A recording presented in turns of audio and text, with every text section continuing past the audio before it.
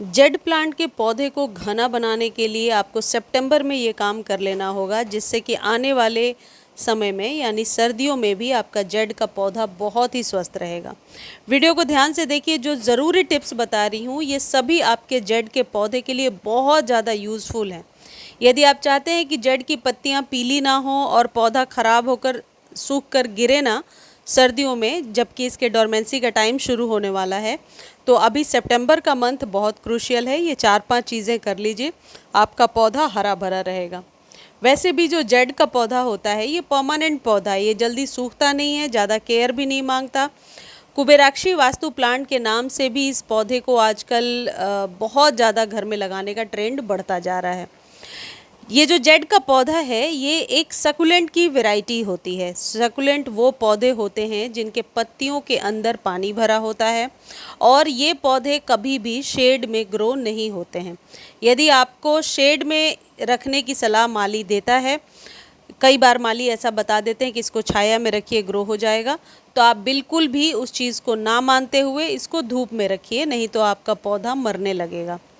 अभी से लेकर के जनवरी फरवरी तक जो जितनी भी धूप आपके घर आती है, इस पौधे को धूप में ही रखिए। शेड में ये पौधा अपनी पत्तियों को गिराना शुरू कर देता है। तो सबसे पहली टिप यही है कि ये धूप का पौधा है, ये शेड लविंग प्लांट नहीं है। दूसरी चीज़ ये है कि यदि जेड की पत्तियां पीली होकर गिर रही हैं तो इसके वैसे तो 3-4 कारण हो सकते हैं, लेकिन सबसे मुख्य जो कारण है वो है मिट्टी का लगातार सूखा होना या लगातार गीला होना।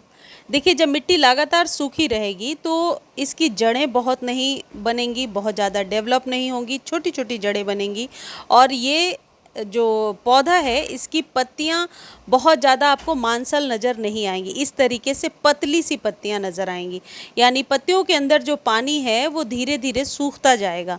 और ऐसा उस सिचुएशन में होता है जब आप पौधे की सॉइल को लगातार ड्राई रखते हैं। ऐसा हर सकुलेंट के साथ होता है। जैसे कि ये देखिए, कैलन-कोई का पौधा है और ये बिल्कुल सूख रहा है, इसलिए क्योंकि इस पौधे में पानी की कमी है। मैं इतना एग्जाम्पल देकर इसलिए बता रही हूँ कि आप जेड के पौधे की मिट्टी को लगातार चेक करते रहिए। बहुत ज़्यादा ड्राई नहीं रखना है, बहुत ज़्यादा गीला नहीं रखना है।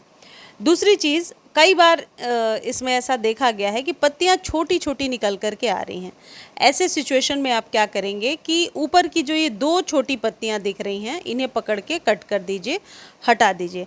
ऐसा करने से नीचे की पत्तियां अपने आप बड़ी निकल कर के आने लगती हैं। अगली टिप ये है कि यदि इस पौधे की कटिंग आप लगाना चाहते हैं तो आप इसकी पुरानी नई किसी भी तरीके के स्टेम को ग्रो कर सकते हैं। बहुत ही सिंपल है, ऊपर से 1 इंच कट कीजिए, उसे आप सॉइल में दबाइए और स्प्रे करके पानी दे दीजिए। सेमी शेड एरिया में रख दीजिए। ये पौधा कम से कम 5 से 6 दिनों में रूट्स को बनाने लगता है और बहुत जल्दी ग्रो हो जाता है। अब बहुत ही इम्पॉर्टेंट चीज़ जो है वो डिस्कस करने जा रही हूँ मैं, जिसके लिए आप लोग शुरू से वेट कर रहे हैं, और वो है फर्टिलाइज़र। कौन सा फर्टिलाइज़र दें जिससे कि पौधा तेज़ी से ग्रो करने लगे और इसको ख़रीदने के लिए कहीं बाहर भी ना जाना पड़े। ये है कॉफ़ी पाउडर। कॉफ़ी पाउडर हमेशा जेड के पौधे पर मैजिकल असर करता है, बहुत ही बढ़िया काम करता है। ये जो कॉफ़ी का पाउडर है इसमें बहुत ही पर्याप्त मात्रा में नाइट्रोजन, मैग्नीशियम या कैल्शियम, आयरन जैसे पोषक तत्व होते हैं, जो सॉइल में जाने के बाद अपनी गुणवत्ता को और ज़्यादा बढ़ा देते हैं और पौधों की वृद्धि के लिए बहुत ज़्यादा सहायक है। जो लोग बिल्कुल घरेलू चीज़ों पे, ऑर्गेनिक खाद पे डिपेंडेंट रहना चाहते हैं, कॉफ़ी उनके लिए एक बेस्ट ऑप्शन हो सकता है। आपको करना क्या है कि आधा चम्मच के करीब कॉफ़ी लेना है, 1 लीटर के करीब पानी लेना है, इसे घोलना है और डायरेक्टली सॉइल में दे देना है। पानी कम ज़्यादा अपने अकॉर्डिंग ले सकते हैं। इसको मंथ में 1 बार या 20 से 25 दिनों के गैप पर 1 बार यूज़ कर सकते हैं। ये जेड के पौधे पर नेचुरली बहुत ही अच्छा असर करता है। उसमें यदि आप आधा चम्मच चूना मिला लेते हैं तो कैल्शियम का बहुत ही अच्छा स्रोत है, जो आपके जेड के पौधे की पत्तियों को चमकदार बनाने में बहुत ज़्यादा असर करता है। चूना वही है जो जो पान के दुकान पर मिल जाता है। ये जो चूना है ये आधा चम्मच ही लेना है। मंथ में एक बार इसका मिश्रण आप अपने जेड के पौधे पर हमेशा सालों भर दे सकते हैं। इसका इस्तेमाल जेड के पौधे की पत्तियों को चमकदार बनाने में मदद करता है। बरसातों के बाद आपके जेड का पौधा यदि पीला होने लगा है, बिल्कुल सूखने लगा है, बेजान सा हो रहा है, तो इसका इस्तेमाल करके देखिए, आपको हमेशा बेहतर रिजल्ट मिलेगा। आप ये भी कर सकते हैं कि 1 चम्मच चाय पत्ती जो यूज्ड टी लीफ है वो हर एक महीने अपने जेड के पौधे में डाल सकते हैं।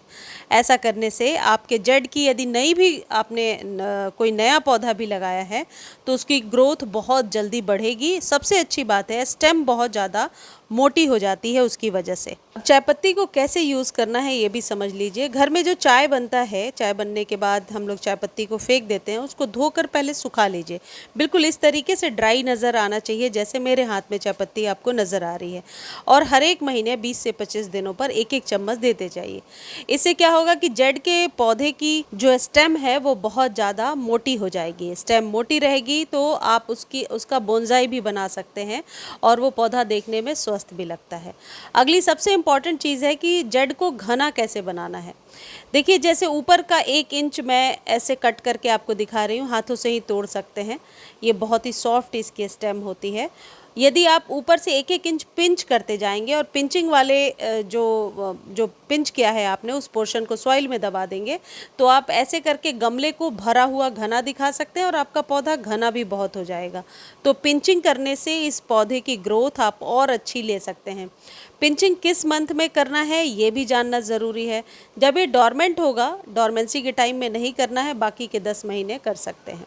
कई लोग पूछते हैं कितने बड़े कंटेनर में इसे लगाना है। देखिए जैसे इतने बड़े कंटेनर में 4 इंच का कंटेनर है, मैंने लगाया है और ये ग्रो हो रहा है, तो आप इसको 4 से लेकर के 6 इंच के कंटेनर में लगाइए। बहुत अच्छे से ग्रो हो जाता है और रूट्स का डेवलपमेंट भी बहुत ही जल्दी होता है। छोटे कंटेनर में लगाने के लिए मैं इसलिए भी बोल रही हूँ कि इसकी रूट्स जो होती हैं वो शैलो होती हैं, यानी छोटी होती हैं। तो यदि आप बहुत बड़े कंटेनर में लगाते हैं और जब आप पानी डालते हैं बहुत देर तक रूट्स गीली रहेगी। रूट्स गीली रहने से सकुलेंट्स जो हैं वो अपनी पत्तियों को गिराने लगते हैं। इसलिए छोटे कंटेनर में मिट्टी इसकी सूखेगी और पौधा बहुत जल्दी ग्रो होगा। बाकी आप समझ चुके होंगे, धूप में रखना है, पानी का ध्यान रखना है। ऐसा नहीं है कि मिट्टी को बिल्कुल सूखा छोड़ दीजिए, ऐसे में भी पत्तियाँ पीली होती हैं। तो सितंबर के मंथ में ये इतना ही काम कीजिए और आप देखिए आने वाले टाइम में आपका पौधा बहुत अच्छे से ग्रो होता रहेगा। मुझे उम्मीद है ये वीडियो आपको बहुत अच्छी लगी होगी। धन्यवाद।